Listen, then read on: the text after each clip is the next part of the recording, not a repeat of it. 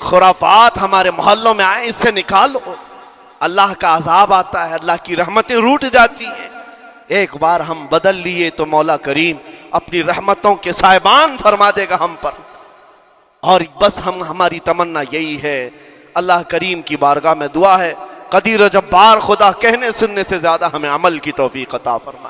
اے رب کریم احسن الخالقین، ہم سب اپنے گناہوں سے سچی توبہ کرتے ہیں مولا۔ ہمارے گناہوں کی وجہ سے اگر تیری سخت پکڑ ہے تو مولا تو اپنے غضب کو ٹھنڈا فرما دے، تو اپنے غضب کو ٹھنڈا فرما دے مولا، تو اپنے غضب کو ٹھنڈا فرما دے۔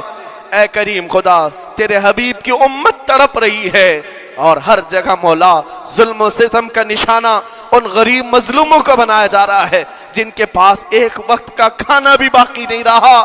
مولا تو اگر مدد نہیں کرے گا تو کون مدد نازل فرمائے گا؟ اے رحمان، ہمارا عقیدہ ہے تو ہی وہ خدا ہے جو ابابیلوں کو بھیج کر ابرہہ کو ہلاک کیا، تو ہی وہ خدا ہے جو بدر میں اپنے نبی کے لیے 5000 فرشتوں کو اتارا۔ اے مولا، تو ہی وہ خدا ہے جو یونس علیہ السلام کو مچھلی کے پیٹ سے زندہ سلامت نکالا، تو ہی وہ خدا ہے جو ابراہیم علیہ السلام کو بھڑکتی ہوئی آگ سے زندہ محفوظ فرمایا۔ اے قدیر و جبار خدا، کل بھی تو حی و قیوم تھا، آج بھی ہے اور ہمیشہ رہے گا۔ ہمارے اس عقیدے کی لاج رکھ لے، اور غیب سے مولا تو اپنی مدد نازل فرما، اپنی مدد نازل فرما، امت مصطفیٰ کے لیے خیر فرما، ہم سب کو امن و امان عطا فرما۔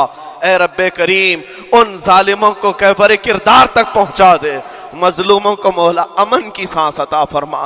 ہماری خوشیاں اگر لکھی ہوئی ہے اے رب قدیر، ہماری خوشیوں میں سے ان کو یہ تقسیم فرما دے۔ اے اللہ، ہماری حصے کی خوشیاں انہیں تقسیم فرما دے۔ اے رب کریم، ہمارے امن و سکون کو ان کے درمیان تقسیم فرما دے۔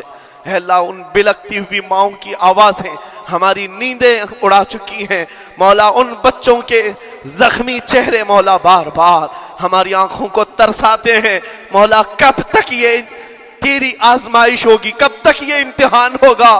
اے قدیر و جبار خدا، تجھے تیرے حبیب کی نالین کا واسطہ ان سب کو ظلم و ستم سے آزاد فرما دے۔ اے اللہ، ظلم و ستم سے آزاد فرما، امن و امان عطا فرما، خیر و سلامتی عطا فرما، ہمارے اس ملک عزیز ہندوستان کو امن و امان کا گہوارہ بنا دے۔ اے اللہ، ہم سب کو محبت و آشتی کا پیغام اور الفت و محبت کے ساتھ جینے کی توفیق عطا فرما مولا۔ ہماری دعاؤں کو حضور کے صدقے قبول فرما۔